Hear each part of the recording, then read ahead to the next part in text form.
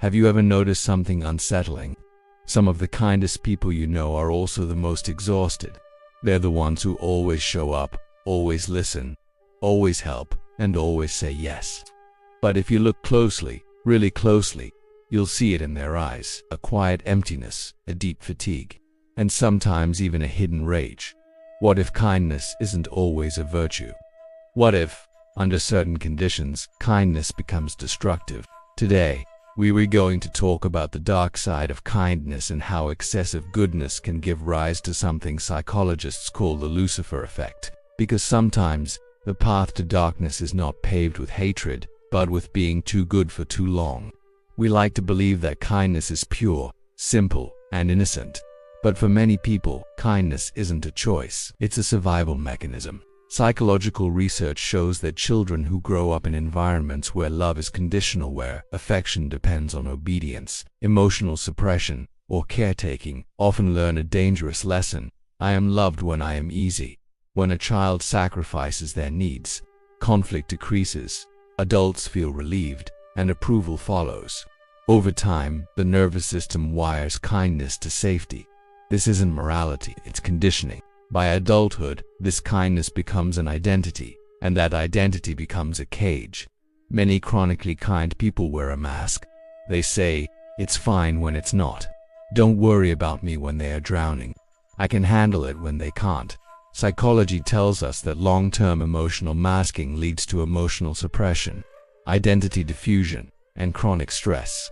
Landmark research on emotional labor by sociologist Ali Hochschild showed that suppressing authentic emotions increases cortisol levels and leads to emotional exhaustion. These masks don't just disappear, they suffocate the person beneath them. And what's suffocated doesn't die, it waits. The Lucifer Effect, a concept popularized by psychologist Philip Zimbardo, explains how ordinary, well-intentioned people can engage in harmful behaviors under certain psychological pressures. But this doesn't only apply to situations of power or authority, it applies internally. Kind people are often taught that anger is dangerous, boundaries are selfish, and saying no risks abandonment. So, they suppress. And suppressed emotions don't vanish, they mutate. They re-emerge as resentment, passive aggression, emotional withdrawal, or even sudden, explosive outbursts of rage. The darker the repression, the darker the release. This is how kindness, when it's divorced from honesty, becomes dangerous. There's a clinical term for the emotional depletion caused by excessive empathy: compassion fatigue. Originally studied in healthcare professionals, research now shows it affects caregivers, parents, teachers, and anyone who is chronically nice. A landmark study in the Journal of Clinical Psychology found that individuals who consistently prioritize others' needs at the expense of their own report higher rates of anxiety, depression, and increased physical symptoms like headaches and fatigue. Your brain's mirror neuron system, which is responsible for empathy, doesn't distinguish between healthy compassion and selfish care. Without boundaries, empathy becomes a neurological overload, and your body is the one that pays the price. Here's an uncomfortable truth: consistent overkindness trains people how to treat you. When you never assert your needs, people stop asking about them. Your preferences seem to disappear. Your presence becomes functional, not relational. Social psychology calls this role entrapment. You become the helper, the listener, the dependable one. You become invisible. And invisibility is not peace. It is loneliness disguised as politeness. Psychologists Barbara Oakley and Guru Prasad Schwartz introduced the concept of pathological altruism. It describes helping behaviors that ultimately cause harm either to the giver or the receiver. This includes sacrificing your health to care for others, enabling dependency in people you love, or engaging in chronic self-neglect in the name of goodness. Helping that destroys the helper is not a virtue, it is self-abandonment with a moral justification.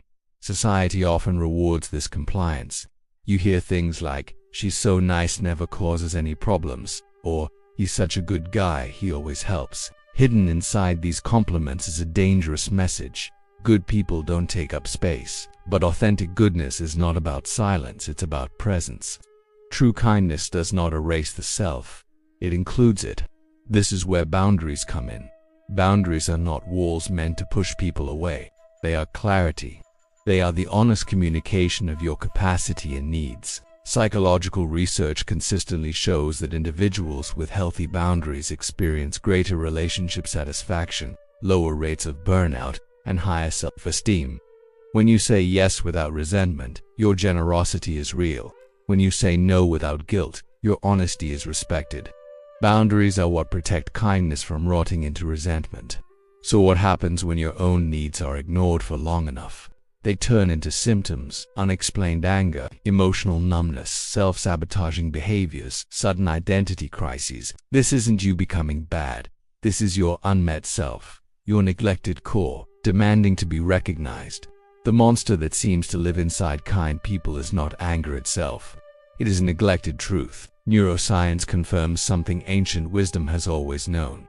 You cannot give sustainably from an empty cup. Self-compassion research by Dr. Kristen Neff shows that individuals who treat themselves with kindness and understanding demonstrate greater emotional resilience, maintain healthier relationships, and experience less burnout.